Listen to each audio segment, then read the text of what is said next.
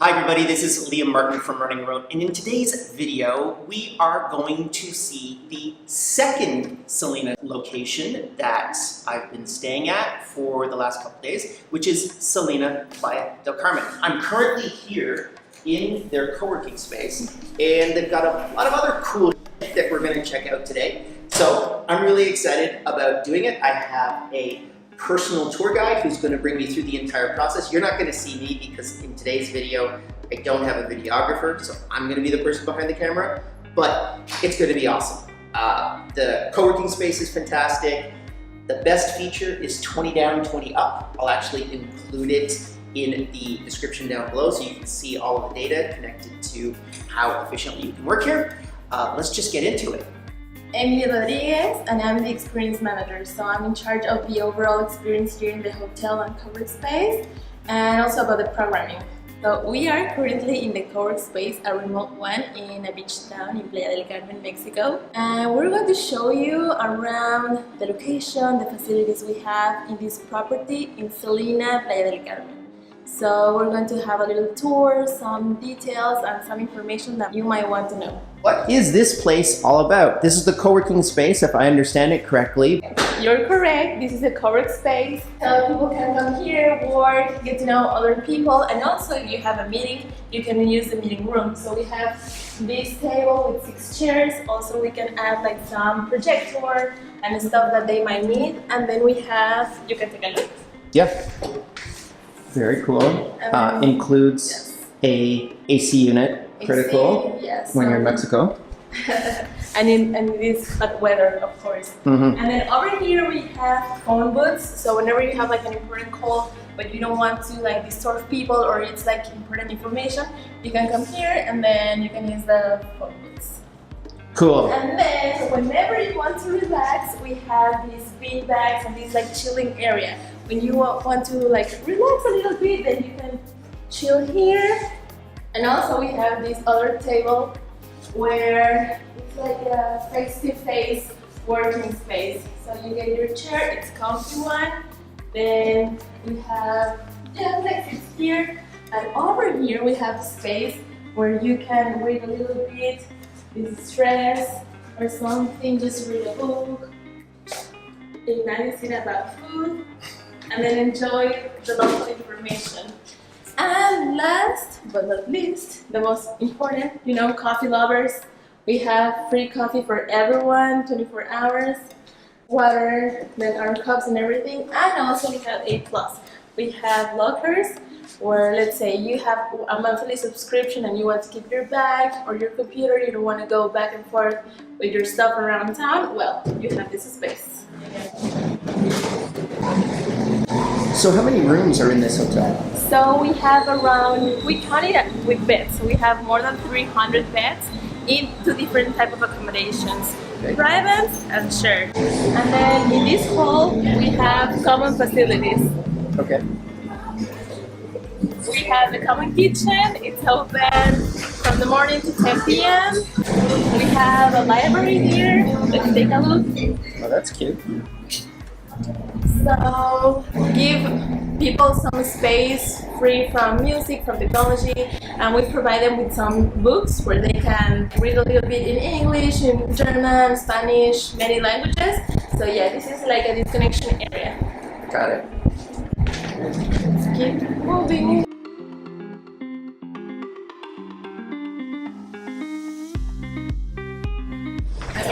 And then here we are in the restaurant or bar. We call it playground, but it's not that easy for people to understand. But in here, the cool things happen. You get to know a lot of people, to connect. We have morning happenings and evening happenings. And one of the most cool ones is the eat and meet. It's a dinner where you meet a lot of people. You have this hour to get to know each other and share experiences and travel journeys. So yeah, this is it. We have breakfast, lunch, and also dinner options.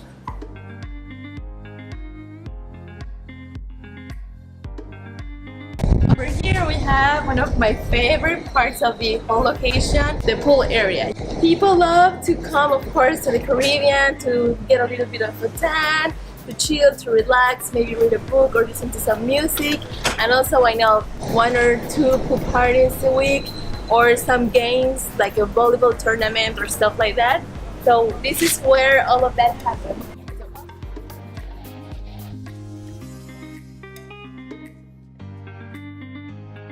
Have a lot of art from local artists, so you can take a look of the mural.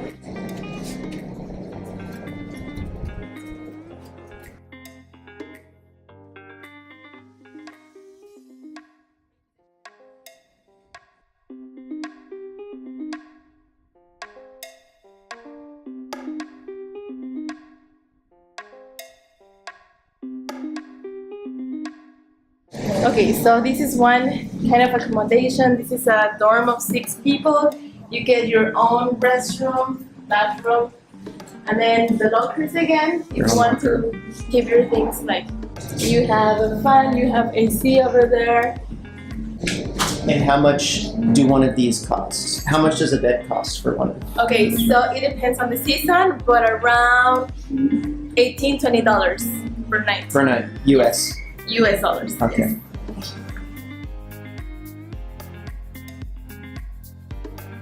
So we're heading to one of our prettiest rooms.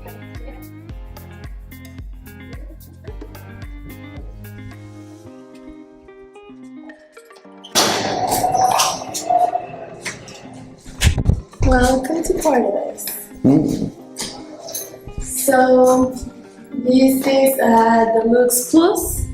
You have this bed, like nice decor, you know, jungle vibe, because we're still in the jungle, or this was a Sevilla jungle. You get your own balcony with your own swings, cover for mosquitoes. So you have like a nice area over here, and then you get the view of the 5th Avenue over here. You can check what's going on without going out.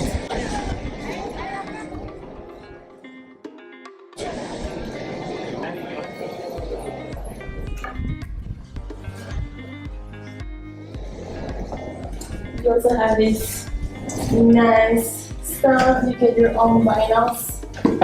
You can choose whatever you feel like listening. So that's also cool. And then you have your own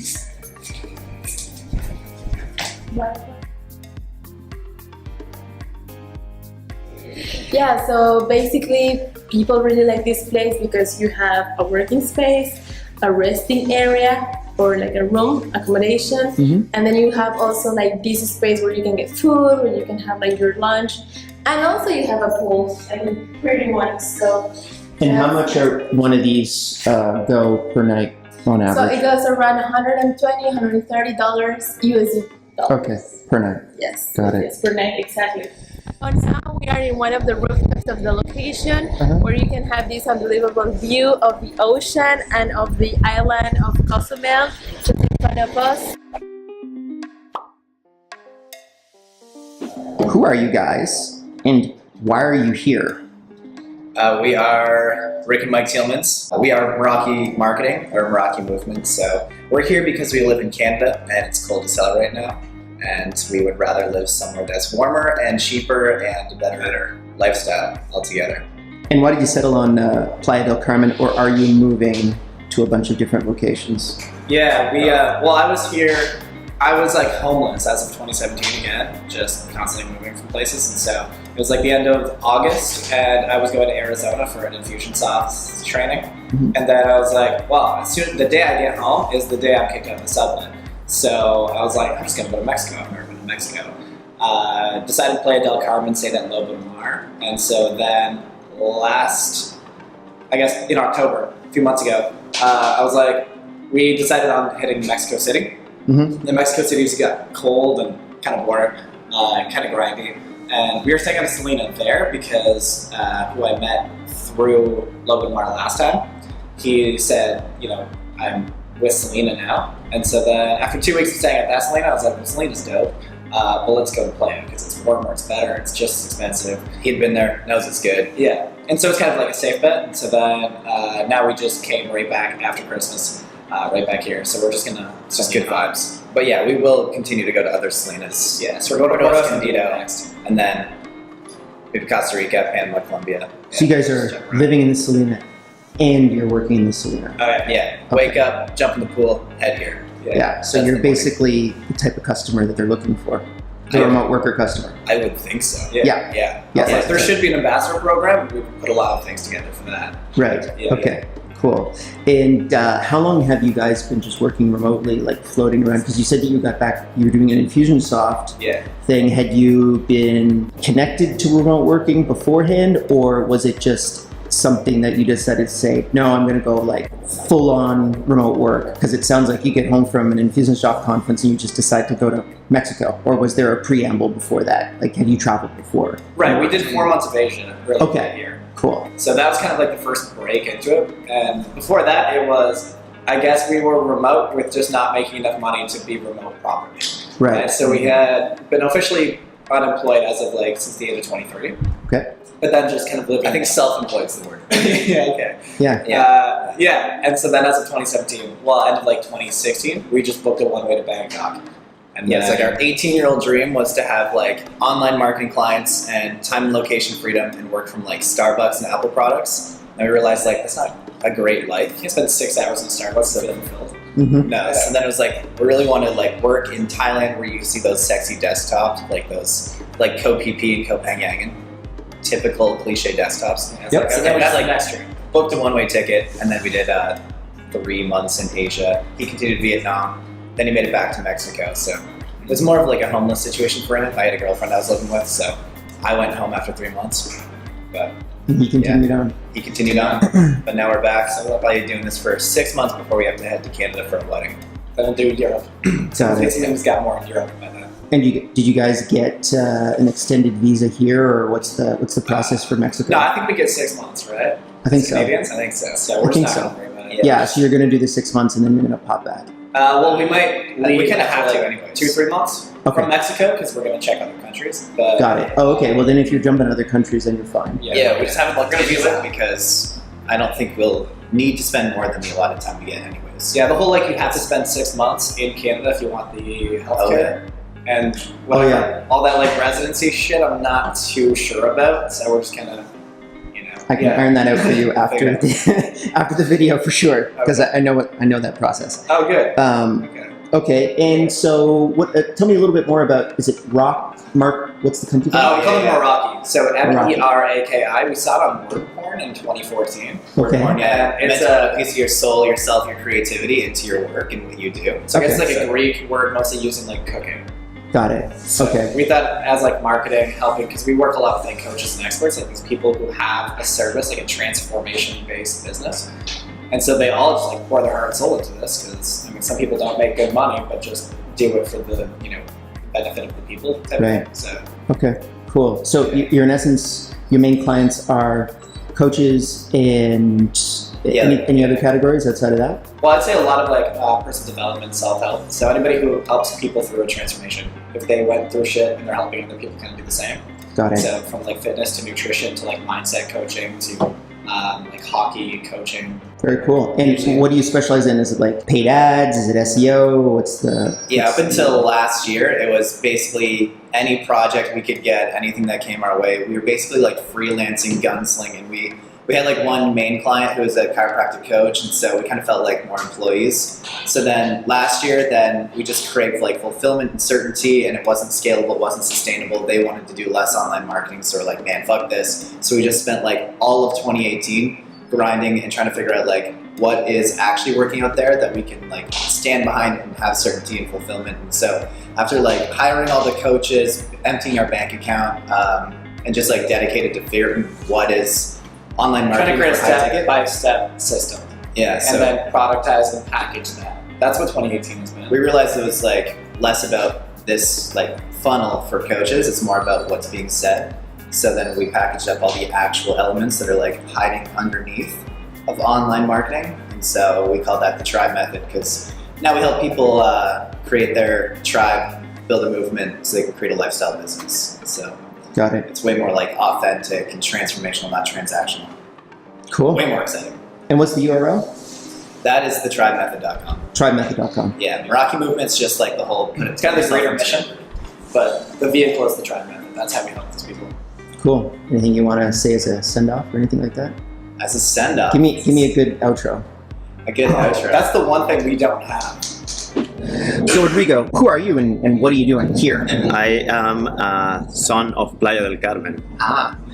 And what I get to do here is to connect people that is just arriving to Playa to services, products, or experiences that may require a little bit of extra quality.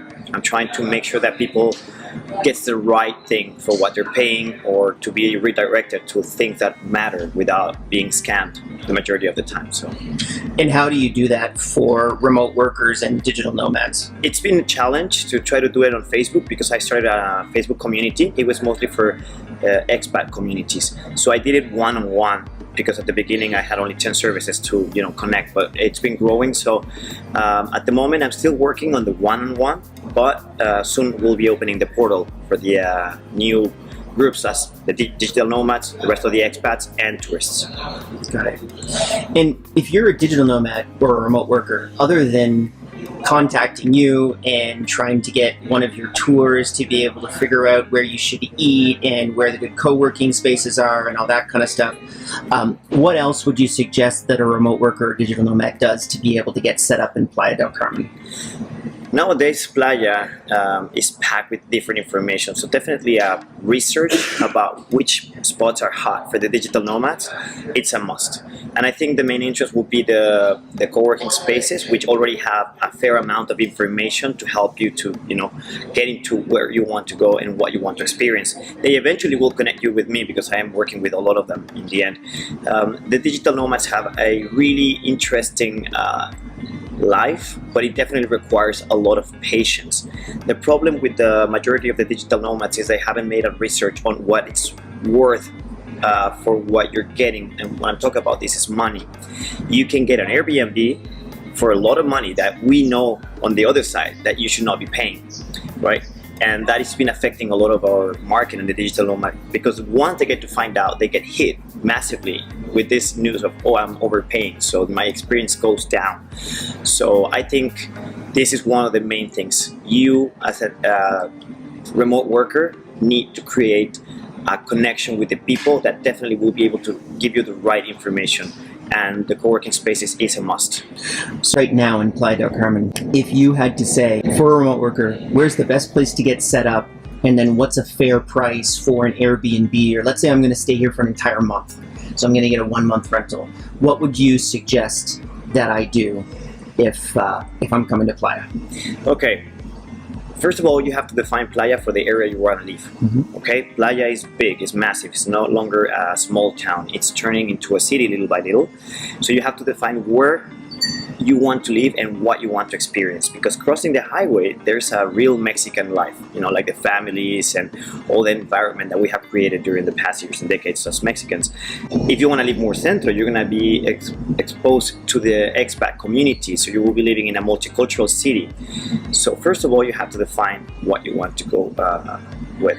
I'll choose the multicultural city. You'll choose I'll a choose multicultural city. multicultural, Okay, yeah. so if we're going to stay on this side, the average will be from $30 to $40 for a good place, but sometimes the season changes because we have a lot of tourism. So in a high season, you will be expecting something from $60 to $100. Okay. I will be able to provide, not long from now,